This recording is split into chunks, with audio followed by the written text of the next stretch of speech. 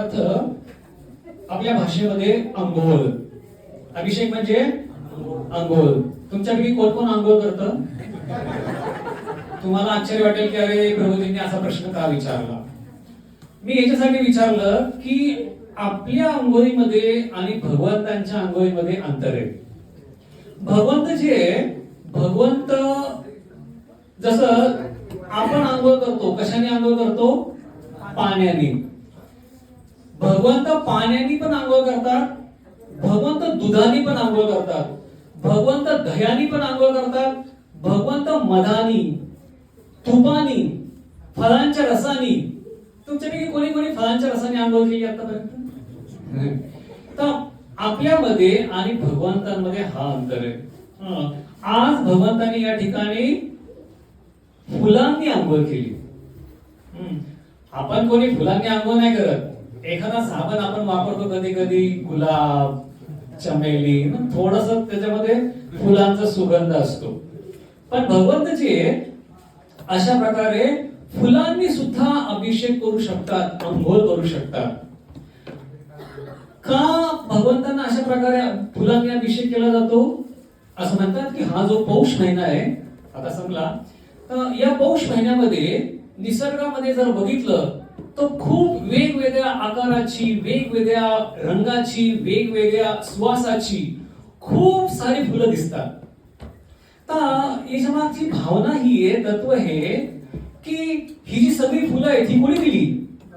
भगवंतांनी. ही जी फुलं भगवंतांनी दिली आहे, ही फुलं भगवंतांना परत अर्पण करणं. तुम्ही कधी गंगा नदीमध्ये गेला असाल, लोक गंगेमध्ये जातात, गंगेतलं पाणी घेतात आणि काय करतात? गंगेलाच अर्पण करतात. ही जी सृष्टी आहे, जी विविधतेने नटलेली आहे, याच्यामध्ये ही जी वेगवेगळ्या प्रकारची फुलं आहेत, ही फुलं जी भगवंतांनी दिली आहेत, ती भगवंताला परत अर्पण करणं, ही या मागची भावना आहे. तुम्ही घरामध्ये आरती करत असाल, आरतीमध्ये आपण उदबत्ती दाखवतो, दीप दाखवतो, त्यानंतर पाणी अर्पण करतो, रुमाल अर्पण करतो, चामर अर्पण करतो. तर या ज्या सगळ्या गोष्टी आहेत, या सगळ्या गोष्टी आपण भगवंताला का अर्पण करतो? आपल्या सगळ्यांचं हे जे शरीर आहे हे कशापासून बनलंय? पंचमहाभूतांपासून बनलंय. पृथ्वी, अग्नी, वायू, आकाश, जल. तर ही जी पंचमहाभूत आहेत, ज्या पंचमहाभूतांपासून हे शरीर बनलंय, हे शरीर कोणी दिलंय आपल्याला? भगवंतांनी दिलंय. भगवंताला आपण ज्या गोष्टी अर्पण करतो आरतीमध्ये, पूजेमध्ये, या सगळ्या गोष्टी ज्या आहेत या पंचमहाभूतांचं प्रतिनिधित्व करतात. जसं अगरबत्ती आहे किंवा धूप आहे, ते पृथ्वीचं प्रतिनिधित्व करतं. दिवा आहे तो अग्नीचं प्रतिनिधित्व करतं. पाणी जे ते जलाचं प्रतिनिधित्व करतं. थोडक्यात काय की भगवंतांनी हे जे पंचमहाभूतांपासून बनलेलं शरीर आपल्याला दिलंय, हे शरीर आपल्याला भगवंतांच्या सेवेमध्ये अर्पण करायचंय. भगवंताला कशाची आवश्यकता आहे का? भगवंताला कशाची आवश्यकता नाहीये. कारण भगवंत जे आहेत आत्माराम आहेत. भगवंतांकडे सर्व काही आहे. वास्तविक आपल्याला पण जे मिळतं ते कोण प्रदान करतं? भगवंतच प्रदान करतात. भगवंताला कशाची आवश्यकता नाहीये. पण ज्यावेळेस एखादी व्यक्ती प्रेमानी, भक्तीनी भगवंताला काही अर्पण करतो, त्यावेळेस भगवंत त्याचा स्वीकार करतात. महाभारतामध्ये एक सुंदर गोष्ट येते. एकदा भगवान श्रीकृष्णांना दुर्योधनाने प्रसादासाठी बोलवलं आणि प्रसादामध्ये त्यांनी काय बनवलं? 56 भोग. भगवान श्रीकृष्ण दुर्योधनाच्या घराकडे जायलाच निघाले. आता ते जवळ जवळ पोहोचले. भगवंतचे हे सगळ्यांच्या मनात काय ते जाणतात. व्यक्ती बाहेरून कसा दिसेल सांगता येत नाही आणि त्याच्या मनामध्ये काय चाललं असेल माहिती नाही. तसं की तुम्ही सगळेजण बसलात, बघताय, ऐकताय, पण मनात काय चाललंय तुम्हालाच माहिती. मनामध्ये कोणी विचार करत असेल, कधी संपेल आता प्रोग्राम, प्रसाद कधी चालू होईल. पण भगवंत जे प्रत्येकाच्या मनातलं जाणतात की प्रत्येक जण काय विचार करतोय. भगवंतानी बघितलं की अरे या दुर्योधनाने 56 भाऊ बनवलेत, पण याच्या मनात काय आहे, मी ज्यावेळेस याच्या घरी जाईल आणि प्रसाद घेईल, याने 56 गोष्टींची लिस्ट बनवली आहे जी माझ्याकडे मागणार आहे. बऱ्याचदा लोक पण असं असतात, भगवंतांसाठी काहीतरी करतात. भगवंत हे तुला पावशेर पेढे, फक्त मला परीक्षेत पास कर. भगवंताला हा भाव जो आहे ना तो आवडत नाही. भगवंताला काय आवडतं, प्रेम आवडतं. ज्यावेळेस एखादी व्यक्ती प्रेमाने काही भगवंताला अर्पण करते त्यावेळेस भगवंत खूप खुश होतात. भगवंताने ठरवलं की अशा दुर्योधनाच्या घरी मी नाही जात प्रसादाला. मग भगवंताने विचार केला की अरे मला भूक खूप लागली आहे, मला खायला तर पाहिजे, मग जाऊ कुठं मी. तर त्यांनी ओळखलं की अरे इथं विदुर राहतो, चला मी विदुराकडे जातो. भगवंत विदुराकडे गेले. विदुर घरात नव्हते पण त्याची पत्नी घरात होती. दारातून विदुराणीने बघितलं की अरे भगवान श्रीकृष्ण आले. तर तिला काही सुचेना की अरे कृष्ण आले, कृष्ण आले. तर कृष्ण आले आणि विदुराने म्हणले की विदुराणी खूप भूक लागली आहे, काहीतरी खायला दे, पटकन दे. आता पटकन कुठली गोष्ट होते का. आमचे गुरु महाराज राधानाथ महाराज जे सांगतात की जसं माताजी लोक ना कधी त्यांच्या घरी गेलं की म्हणतात की प्रभूजी बसा, 5 मिनिटात तुम्हाला प्रसाद बनवते. 5 मिनिटात कुठला प्रसाद बनतो का. महाराज अनुभव सांगतात की एकदा एका घरामध्ये गेले, माणूस म्हणले की महाराज महाराज 5 मिनिटं मी प्रसाद बनवते. महाराज म्हणले आजपर्यंत 5 मिनिटात कुठला प्रसाद, कुठलं व्यंजन बनलं नाही. म्हणजे महाराज खिचडी 5 मिनिटात कुकर मध्ये टाकते. 5 मिनिटात कटिंग पण होत नाही. 5 मिनिटं गेली, 10 मिनिटं गेली, 15 मिनिटं, 20 मिनिटं. महाराज म्हणले मला जायचंय, माझा प्रोग्राम आहे, मला जायचंय, मी चाललो. माताजी रडायला लागले. महाराज झाला. तर विदुराणीने बघितलं की अरे आता मी काय करू. भगवंताला खूप भूक लागली, लगेच पाहिजे. अरे लगेच कुठून आणणार. विदुराणीने बघितलं की बागेमध्ये केळी आहेत. तिने केळ्याचा घट तोडला आणि विदुराणी इतकी खुश झाली होती की अरे भगवंत माझ्या घरी आले प्रसादाला. तर विदुराणी केळ्याची साल जी आहे ती काढायला लागली आणि इतकी आनंदामध्ये होती की तिने केळं फेकलं आणि साल भगवंताला दिलं. आणि भगवंताने ते साल खाल्लं. एक केळं विदुराणी सोलत होती, केळं फेकत होती आणि साल भगवंताला अर्पण करत होती. आणि भगवंत ते प्रेमाने खात होते. थोड्या वेळाने विदुर आले आणि बघितलं की अरे केळ्याचा ढीक आणि साल दिसत नाही. त्यांनी बघितलं की विदुराणीने एक केळं सोललं, केळं फेकलं, साल भगवंताला दिलं आणि भगवंताने साल खाल्लं. विदुर आले, म्हणले अरे विदुराणी काय चाललंय तुला, काय करतेस तू, काय देते भगवंताला. त्यावेळेस विदुराणीला समजलं की मी काय करते. पण भगवंतानी या विदुराणीने अर्पण केलेली केळ्याची साल पण प्रेमाने खाल्ली. कारण ती कशी अर्पण केली होती, प्रेमाने. म्हणून तर कवी म्हणतात दुर्योधन का भोग न खायो, रूखा साक विदुर घर खायो, ऐसे प्रेम पुजारी राधे श्याम श्याम श्याम. तर भगवंत जे आहेत ना, भगवंताला प्रेम पाहिजे. भगवंत गोष्टींचे भुकेले नाही. तुम्ही म्हणाल की भगवंत आम्ही तुम्हाला पिझ्झा, पास्ता, नूडल्स देतो. नाही. भगवंत जे ना, भगवंत म्हणतात पत्रं पुष्पं फलं तोयं यो मे भक्त्या प्रयच्छति तदाम उपरतम अश्नामी प्रयतात्मनः. भगवंत म्हणतात की एखादी गोष्ट मला जर प्रेमाने अर्पण केली ना तर मी तिचा स्वीकार करतो. आणि भगवंत जे ना, भगवंत काय म्हणतात पत्रं पुष्पं फलं तोयं. एक भक्त म्हणतात की भगवंत जे ना, बघा भगवंत जे खूप काही गोष्टी मागत नाही. भगवंत म्हणतात एक पान दे, एक फूल दे, एक फळ दे. भगवंत म्हणत नाही पत्राणी, पुष्पाणी, फलाणी. नाही, एक फळ, एक फूल.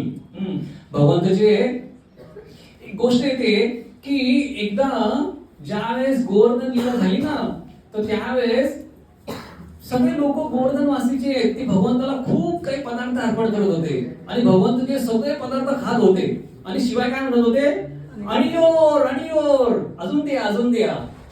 सगळे पदार्थ संपले. आता घरामध्ये तुमच्या घरात कोणतरी आलं प्रसादाला, समजा मी प्रसादाला आलो आणि तुम्ही समजा 4 चपात्या बनवल्यात, मी म्हटले द्या चपाती द्या चपाती द्या चपाती द्या चपाती द्या चपाती, अरे 5वी चपाती कुठून आणायची?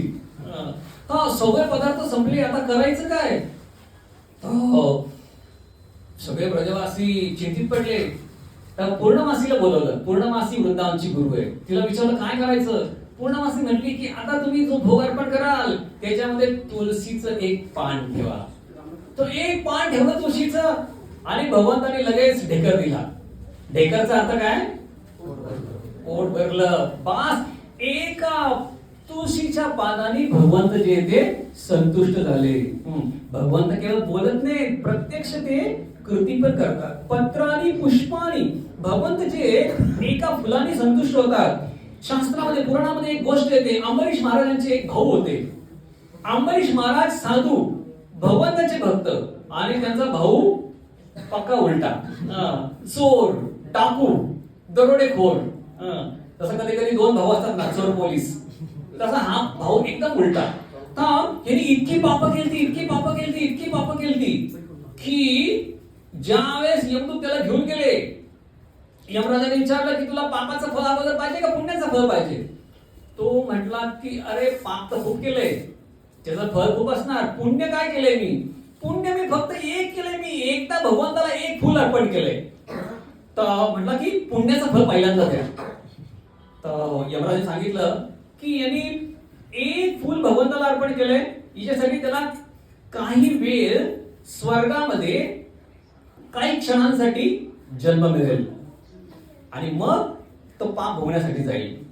तर काही क्षणांसाठी याला ज्यावेळेस स्वर्गामध्ये पाठवण्यात आलं, तर स्वर्गामध्ये एक उद्यान होतं.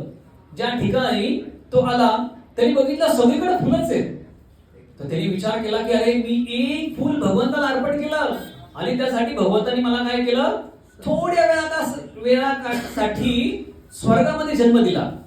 तर त्यांनी काय केलं, फुल तोडलं, एक फुल तोडलं. हे फुल मी भगवंताला अर्पण करतो, हे फुल मी भगवंताला अर्पण करतो. जेवढी फुलं होती सगळी फुलं त्यांनी भगवंताला अर्पण केली.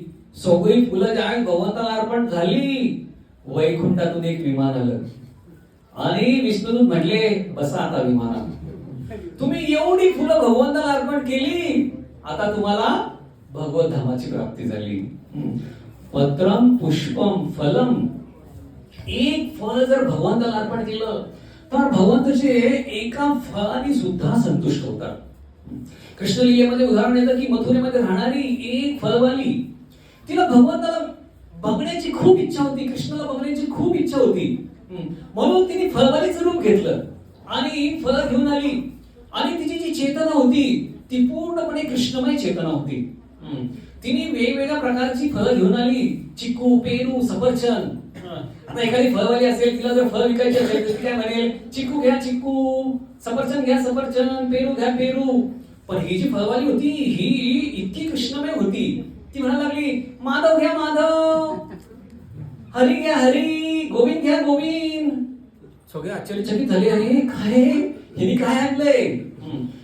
तिची चेतना जी आहे ती कृष्णमय होती आणि तिने भगवंताला जसं फळ अर्पण केलं, भगवंताने तर एक मुठभर दाणे तिला दिले. पण ज्यावेळेस ही फळवाली घरी गेली त्यावेळेस तिची जी टोपली आहे ती सोने, हिरे, माणिक, मोती, चांदी यांनी भरून गेली.